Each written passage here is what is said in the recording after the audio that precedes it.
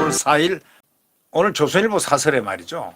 이 펠로시를 안 만나는 윤석열 대통령에 대해서 미국하고 중국에 잘못된 신호를 주는 거 아닌지라는 그런 제아의 글이 나왔는데 저 또한 그렇게 생각합니다. 아니 휴가 중이라도 최우선 동맹에 물론 서열 수일이는 3이지만 이거는 잘못된 판단 아닐까. 잘못하면 중국에다가 잘못된 신호를 줍니다. 중국에서 이 아니라 저는 중공이라고 부릅니다. 중국 공산당 맞지 않습니까?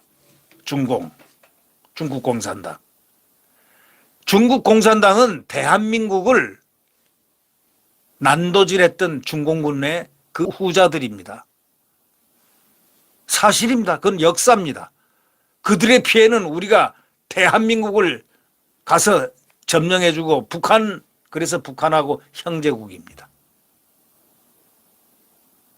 이것도 모르고 붙어가지고 거기 중국에 가가지고 뭐 큰 산봉우리니 뭐 우리는 작은 나라니 뭐 어쩌고 저쩌고 했던 문재인을 보면 그리고 심지어는 말이죠. 우한 코로나 왔을 때 뭐라고 그럴까봐 이 의사협회에서 문을 닫아라. 지금 이 방역을 위해서는 제일 좋은 것이 지금 거기 감염원으로부터 전부 차단이다. 봉쇄하라.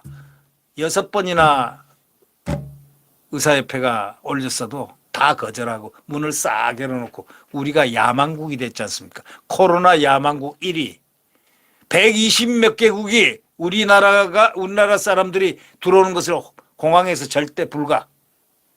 그래도 우리 우방인 미국은 우리를 막지 않았습니다.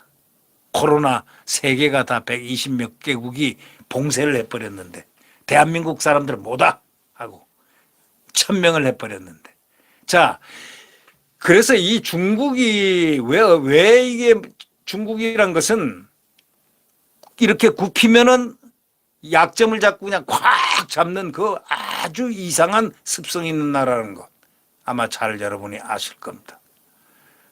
그 미국의 그 낸시 사설자에 의하면 말이죠. 미국의 그 낸시 펠로 하원 의장이 중국의 강력한 반대에도 지금 대만을 방문한 거 우리 다 봤지 않습니까? 지금 뭐 대만에 해안 봉쇄를 하고 그다음에 뭐 이 항공 봉쇄를 하고 난리가 났습니다. 중공이. 중공 참 침략국의 그 본능이 벌써 딱 나타납니다. 그러나 미국에서는요. 그걸 딱 예의 관찰하고 있습니다. 거기서 낸시 펠로가 뭐라고 그랬습니까? 시진핑 중국 국가주석이 인권과 법치를 무시하고 있다. 전 세계가 독재와 민주주의 사이에서 선택을 앞두고 있다. 이렇게 얘기했습니다. 펠로시 의장의 대만 방문에 신중한 입장을 보이던 백악관도 뭐라고 거들었냐.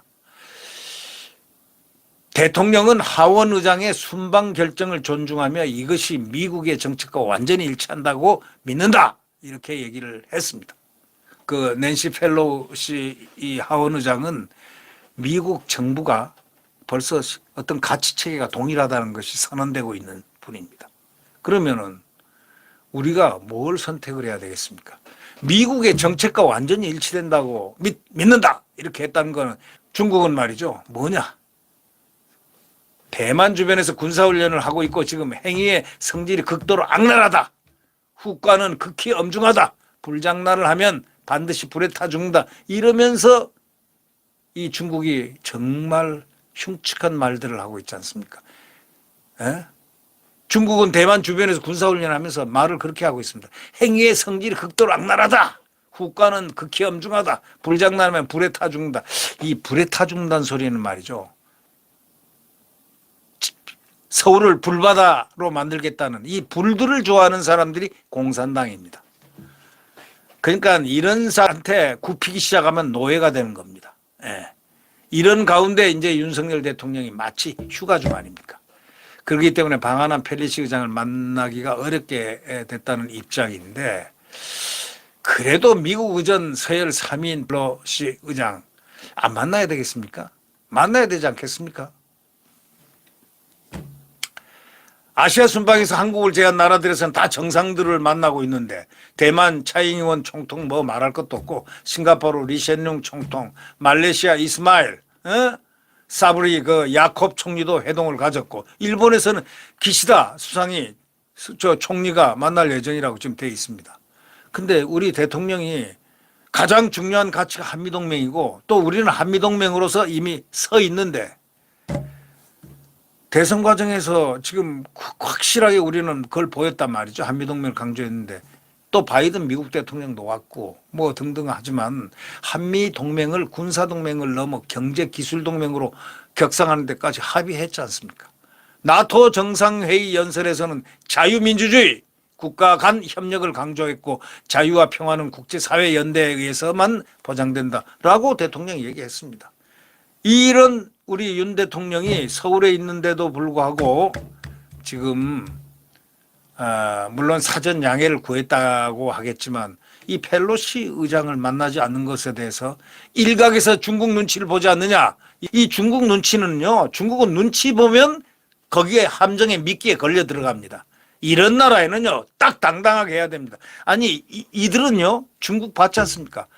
경제 보복한 거 봤죠. 하다가 보니까 그 어느 날부터 그냥 중국에 혐한령을 내리고 뭐 내리고 해가지고 완전히 우리 한국 경제를 흔들어 놨잖아요. 아주 몰지각해요. 경제란 자체 기본 구조를 갖다 뒤흔들고 맘대로 하는 그러한 대국의 그 뭐라고 그럴까요? 옛날부터 그 대국의 그 근성 이것이 있기 때문에 이렇게 중국 눈치를 보다가는 큰일 난다. 그러지는 않겠지만 혹시 그래서 안 된다.